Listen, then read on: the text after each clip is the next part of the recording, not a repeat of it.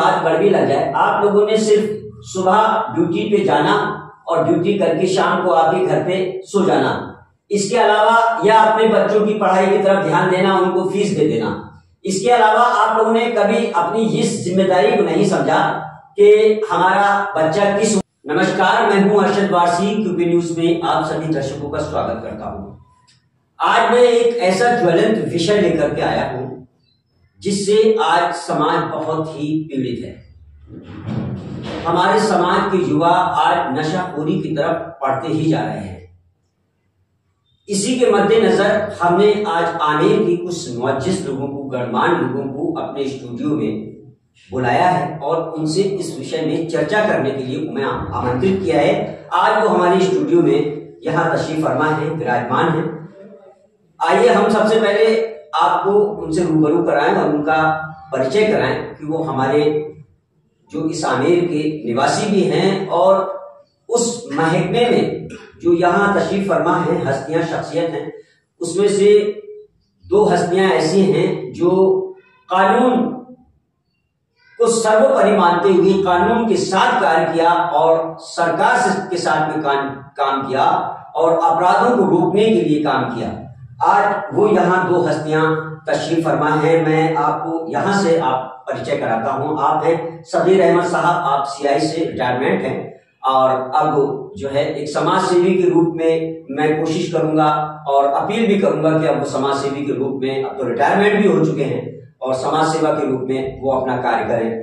हमारे निसार खान साहब यहाँ तशरीफ फरमा है, हेड कांस्टेबल से रिटायरमेंट है, 41 साल सर्विस की है, 41 साल जनता की सेवा की है। आज यहाँ हमारे स्टूडियो में तशरीफ फरमा है। और कांग्रेसी नेता मजीद पठान साहब, एक समाज सेवी कहें या नेताजी कहें, वो भी यहाँ तशरीफ फरमा है, मजीद खान साहब। और युवाओं में हमारे दो युवा भी यहाँ तशरीफ फरमा है, एक समाज सेवी है और एक छात्र नेता है, अमित कुमार वर्मा, जो यहाँ तशरीफ फरमा है। आज हम इनसे भी चर्चा करेंगे। और एडवोकेट अफजल खान एवं समाज सेवी। एडवोकेट तो खैर वो उनका अपना पर्सनल मामला है, लेकिन ये एडवोकेट के साथ साथ एक समाज सेवी ज्यादा है।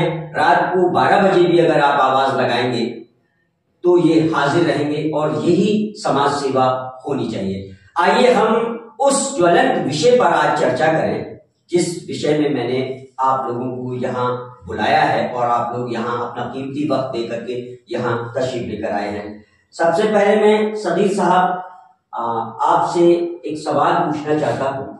आपने कितने साल सर्विस की है?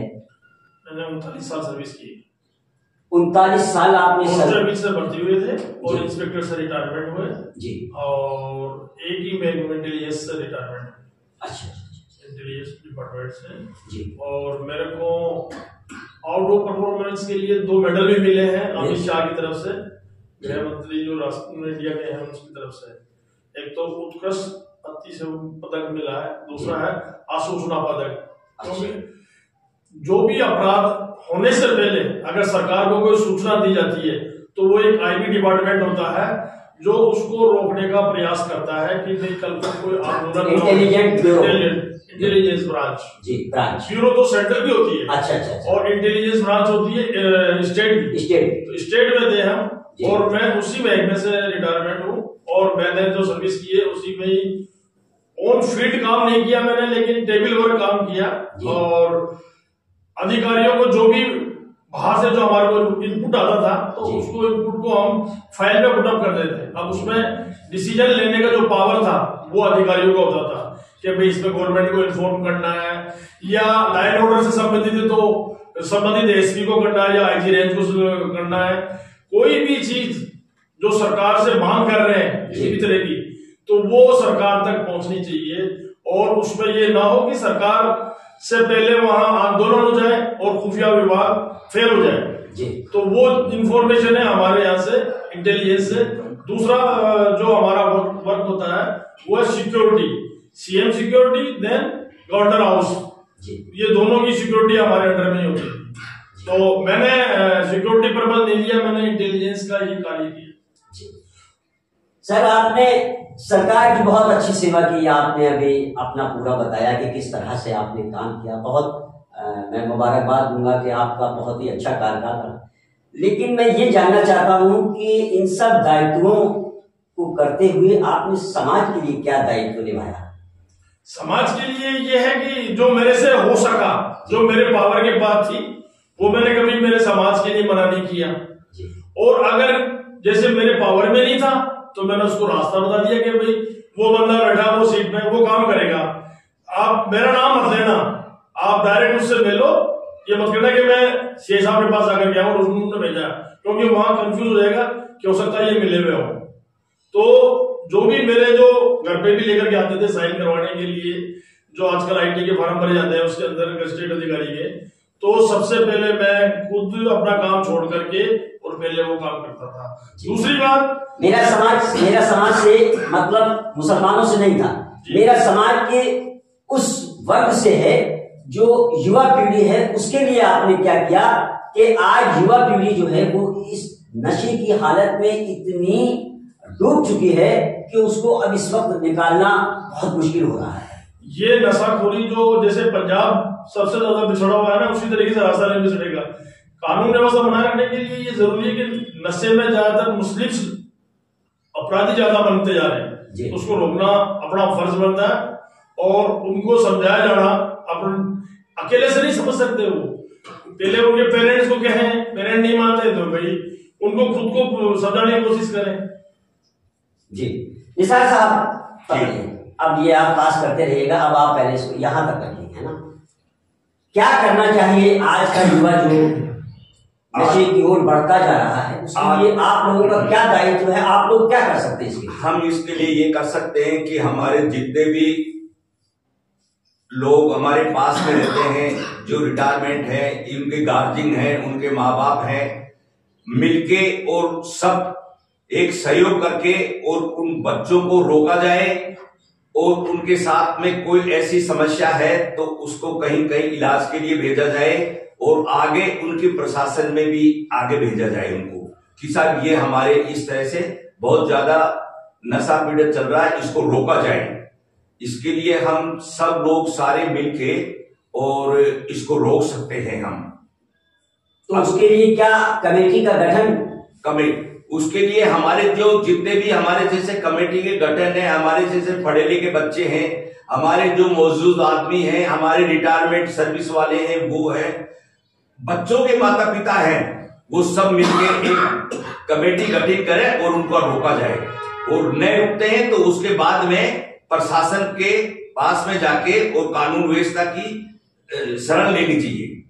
सर माफी चाहूंगा, आपको चाहे बात कड़वी लग जाए, आप लोगों ने सिर्फ सुबह ड्यूटी पे जाना और ड्यूटी करके शाम को आके घर पे सो जाना, इसके अलावा या अपने बच्चों की पढ़ाई की तरफ ध्यान देना, उनको फीस दे देना, इसके अलावा आप लोगों ने कभी अपनी इस जिम्मेदारी को नहीं समझा कि हमारा बच्चा किस ओर जा रहा है। उससे कभी शायद ये नहीं पूछा होगा कि तू सुबह, मैं तो दिन भर ड्यूटी पे था, सुबह तू घर से निकला, कहाँ गया था और किसके साथ रहा था। आज जो हमारा युवा, शायद मैं एक आपकी ही बात नहीं कर रहा हूं, आप जैसे मैं तमाम लोगों की बात कर रहा हूं, आपको एक मुद्दा बना रहा हूं कि आप लोगों ने सिर्फ अपनी ड्यूटी को जो है समझा और बच्चों पर उतना ध्यान नहीं दिया, जिसका आज ये नतीजा निकल रहा है कि हमारा युवा खुलेआम सड़क पे जो है नशा कर रहा है। तो ऐसा क्यों रहा कि आप लोग इतना अपनी ड्यूटी में क्यों मस्त रहे? देखो, हमारी जो हमेशा मेरी, जब मैं भर्ती हुआ, जब से ही मेरी लॉ एंड ऑर्डर में ड्यूटी रही है।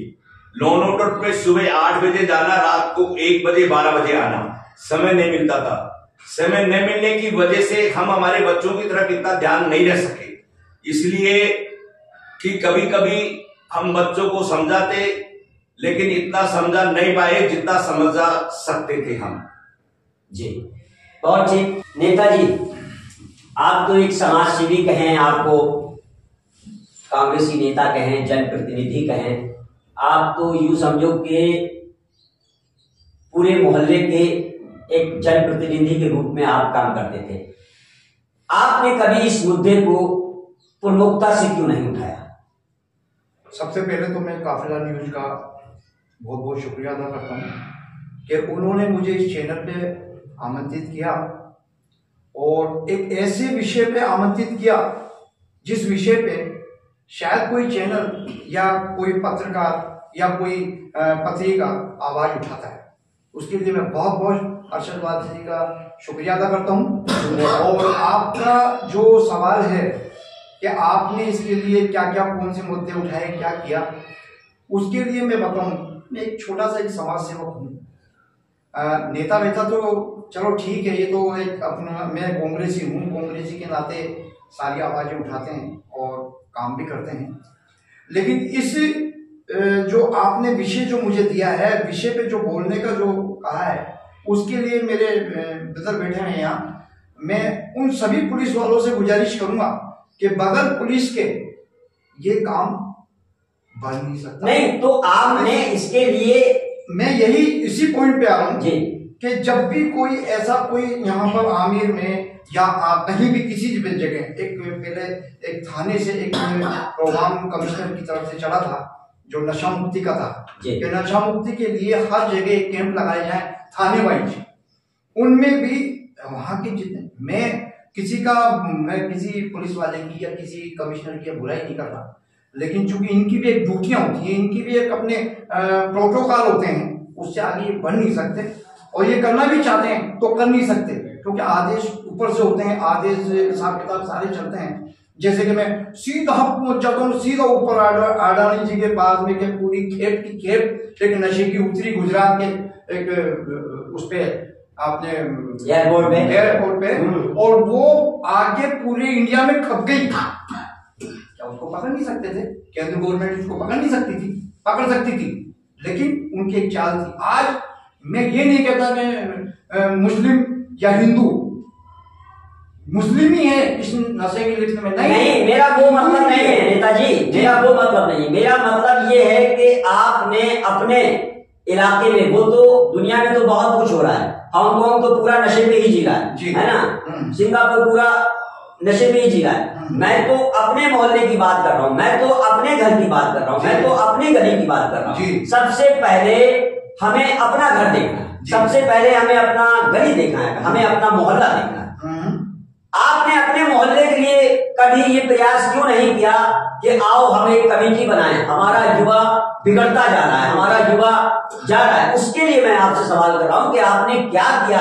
आज मैं 50 साल की उम्र ले ली, मेरे ख्याल से 40 साल हो गए होंगे आपको समाज सेवा करते हुए और राजनीति में, आपने क्या किया, वो सवाल है। देखिए, मेरा ऐसा है कि पूरे आमेर के अंदर जब ये कैंप लगते हैं, जब कोई पुलिस प्रशासन की तरफ से कोई मीटिंग होती है, वहां मैं बोला हूँ बाकायदा, मैंने हर जगह जो है इस बात को उठाया है। और बच्चों को, जो हमारे समाज के बच्चे या गैर समाज के बच्चे, किसी भी समाज के बच्चे हों, हिंदू मुस्लिम हो, उनको मैंने समझाया है। उनको मैंने, जो ऐसे लोग जो हमारा कहना नहीं मानते, चाहे वो किसी भी मतलब उसके वर्ग या समाज के हों, उनको हमने बाकायदा थाने में, मेरे पास एप्लीकेशन लगी है, 10 एप्लीकेशन मैंने आमिर थाने में लगाई है और मैंने लोगों को पकड़ाया है। उसमें मैं बदनाम भी हूँ कि देखो ये हमारे रिश्तेदार लगते हैं, हमारे ये लगते हैं, हमारे बच्चों के लिए, वो तो खैर कोयले की दलाली में हाथ तो काले होंगे, वो तो कोई बात नहीं। तो उसके लिए मैंने बहुत आवाजें उठाई हैं और फिर उठाता रहूंगा।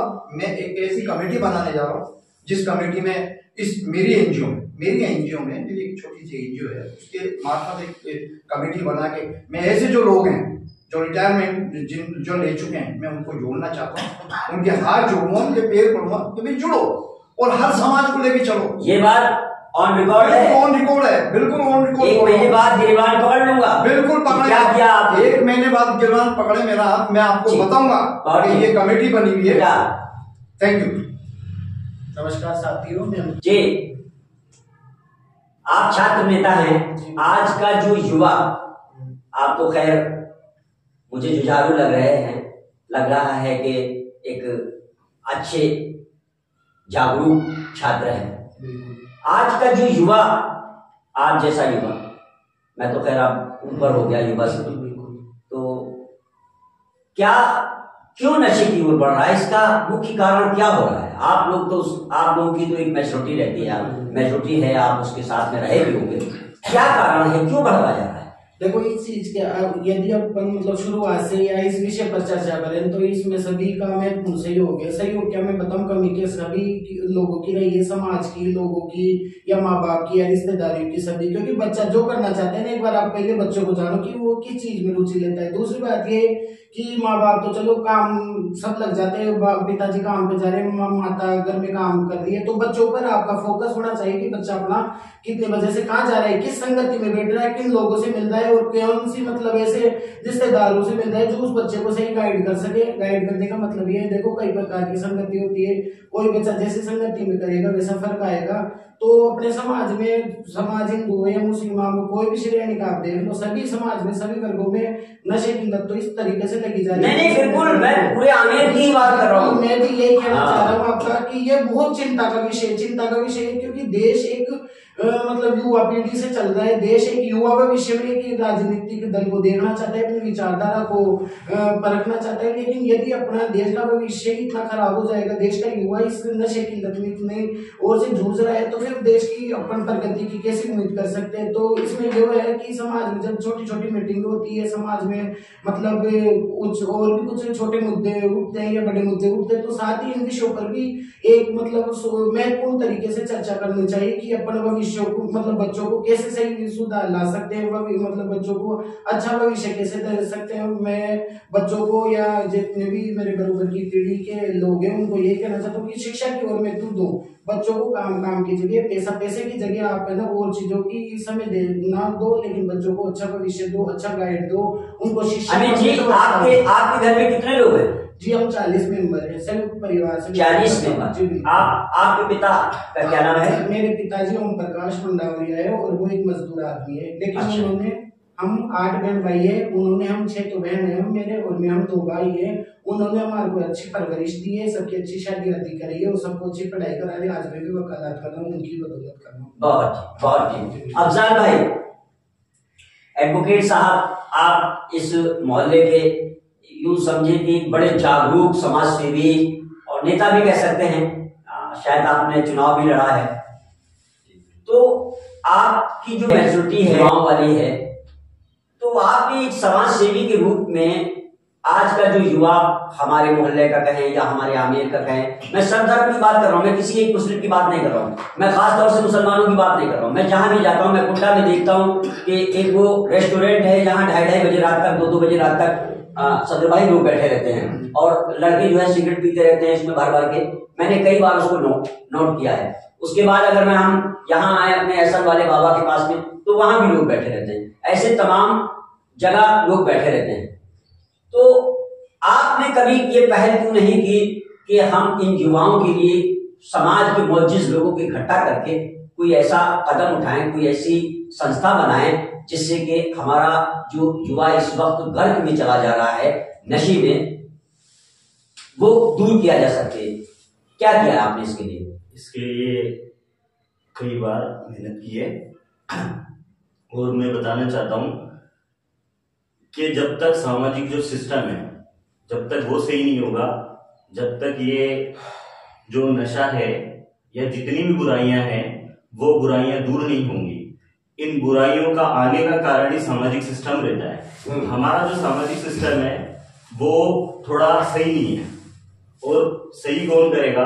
उस सही करने वाले भी नौजवान लोग हैं, ये बुजुर्ग लोग जो मौजूद लोग हैं वो हैं।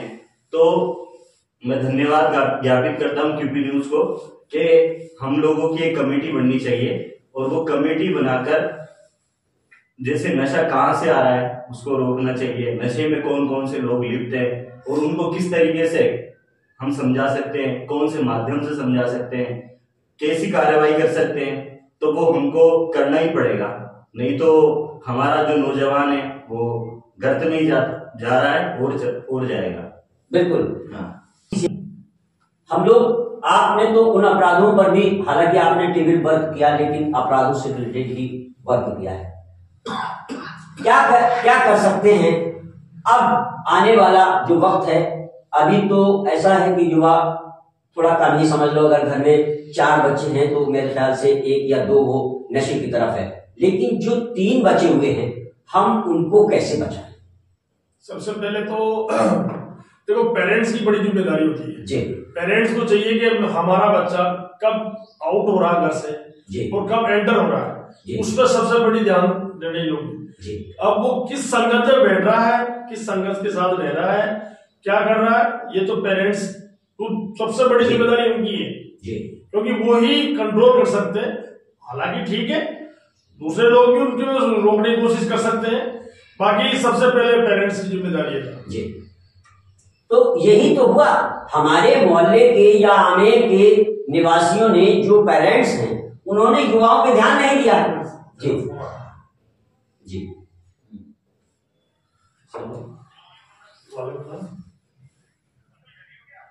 नहीं मैं तो कहीं आया हूँ, अरे अभी आ रहा हूँ 10-15 मिनट में आ रहा हूँ। ठीक जी। तो अब क्या कर सकते हैं, अब आप लोग समाज के लोगों को साथ में मिला करके क्या कर सकते हैं, ऐसा कौन सा कदम उठाएंगे? इसमें तो यही है कि एक कमेटी बनाई जाए, इसमें युवा भी हो और सीनियर सिटीजन भी हो, जो रिटायरमेंट पर्सन हो तो उनका जो अनुभव है वो गाइड करे, और युवा जो अपना साथी लोग हैं वो किस ओर जा रहे हैं तो उसको रोकने का प्रयास करने की कोशिश करे। सबसे बेस्ट यही है कि कमेटी बना करके कम से कम महीने में उससे रिपोर्ट ली जाए कि भाई बच्चा कहां तक पहुंच रहा है, कहां तक नहीं पहुंचा, ये रोकने की कोशिश करी तो अपन अभी इसमें कितनी प्रोग्रेस हुई है, ये चीजें मैन है जी। तो इसमें आप लोगों का सहयोग क्या रहेगा? अगर मान लीजिए मोहल्ला को कोई मौजिज लोग खड़े होते हैं ये कमेटी बनाने के लिए, तो इसमें आप लोगों का क्या सहयोग रहेगा? बिल्कुल अपने दिल से तैयार हूँ इस कमेटी में शामिल होने के लिए।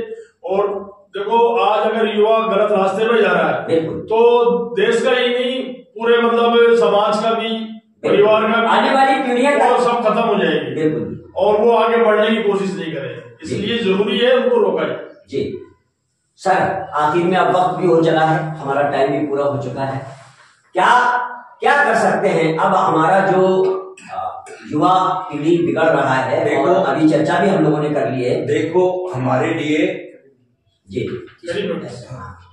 हमारे लिए इसके लिए जितना भी हमारा समाज का जितने भी लोग हैं उनको सबको एक दफे सबको मिलना चाहिए, एक मीटिंग रखनी चाहिए, और जिस जिस बच्चे पीड़ित लोग हैं इसके अंदर उनका सबका अलग से नाम जोड़ना चाहिए, उन लोगों को सत्य के साथ में उनको सबको इकट्ठा करना चाहिए, उनको समझाना चाहिए, न समझाए तो पुलिस स्टेशन ले जाके उनके खिलाफ कानूनी कार्रवाई करें। ये सख्ती से काम करेंगे जब जाके ने हमारी पूरी नस्लें खराब हो जाएंगी पूरी।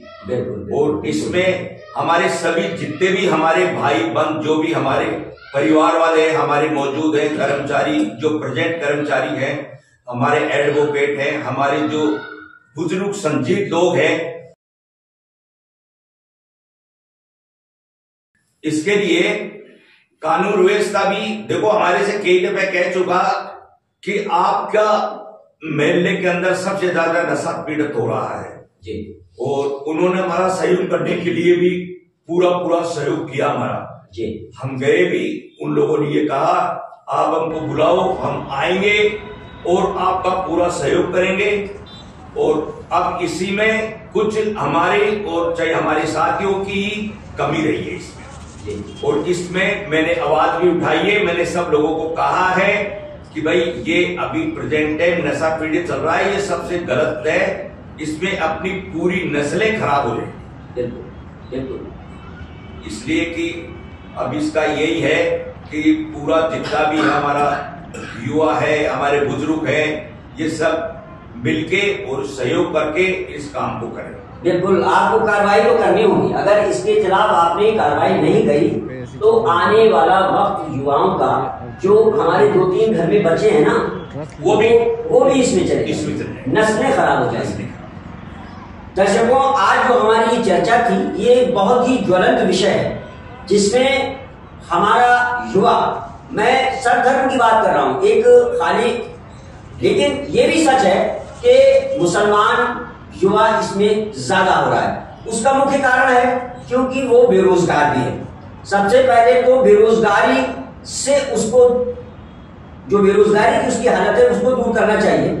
उसके लिए भी कोशिश करना चाहिए। हमारे जो आज के बुजुर्ग हैं जो सरकारी गवर्नमेंट से अपनी तनख्वाहें पा रहे हैं और अब इस वक्त घर पर आराम कर रहे हैं, उनको एक समाज सेवी के रूप में मैदान में उतरना होगा युवाओं के लिए। और युवाओं की जो ये गर्भ में नस्ल जा रही है और आने वाली भी चली जाएगी, उसके लिए भी कार्य इन लोगों को करना होगा, इन बुजुर्गों को, हमारे गणमान्य लोगों को करना होगा। अब इन जो रिटायरमेंट वाले लोग हो चुके हैं, चाहे वो पुलिस विभाग से हो या किसी भी महकमे से हो, उनको तो मैदान में उतरना ही होगा। अभी हमारे समीर अहमद सियाही साहब ने कहा कि मैं हर उसमें तैयार हूं, आप अगर कोई कमेटी बनाते हैं मेरा पूरा सहयोग रहेगा। इनको पुलिस विभाग की पूरी जानकारी है। हमारे सीनियर इंस्पेक्टर साहब भी यहाँ तशरीफ फरमा है जो अब रिटायरमेंट हो चुके हैं, इन्होंने भी कहा है कि हम पूरा सहयोग करेंगे।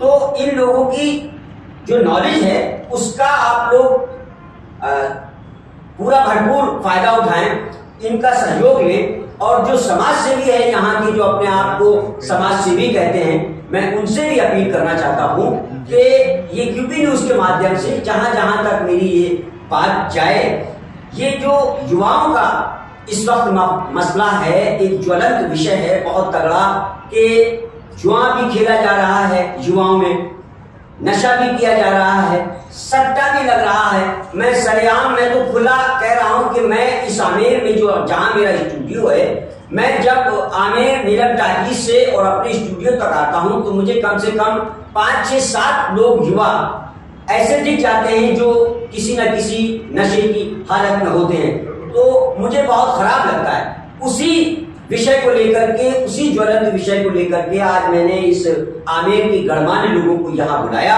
और इनसे भी मैं एक बार फिर अपील करना चाहूंगा कि आप लोग इस पर और थोड़ा सा गौर करें और इसको सक्रियता के रूप में कार्य करें और एक कोई ऐसी कमेटी का गठन करें जिसमें युवा भी शामिल हो और जो रिटायरमेंट वाले जो अब इस वक्त घर पर आराम कर रहे हैं उनको कुछ नहीं इसी में लगाएं और उनकी सहायता लेकर के इस युवा को, खुदा के वास्ते, भगवान के वास्ते, आप लोग इस हमारे जो युवा इस वक्त गर्भ में जा रहा है उसको बचाएं और एक ऐसी कमेटी का गठन करें कि उसका हर मंथली या हर हफ्ते वर्क जो कर रहा है उसकी पूरी जानकारी लें और इसके लिए बहुत बहुत कार्य करें। मैं आप लोगों का बहुत बहुत शुक्रिया अदा करता हूं कि आप लोगों ने अपना कीमती वक्त हमारे इस चैनल को दिया, अपनी बात रखी और मुझे ये भी बहुत खुशी है कि आप लोग इस ज्वलंत विषय में जो है इन जज्बात अपने जाहिर किए और आपके अंदर वो जज्बात है, कौम के लिए है, समाज के लिए है, अपने सरधर्म लोगों के लिए है।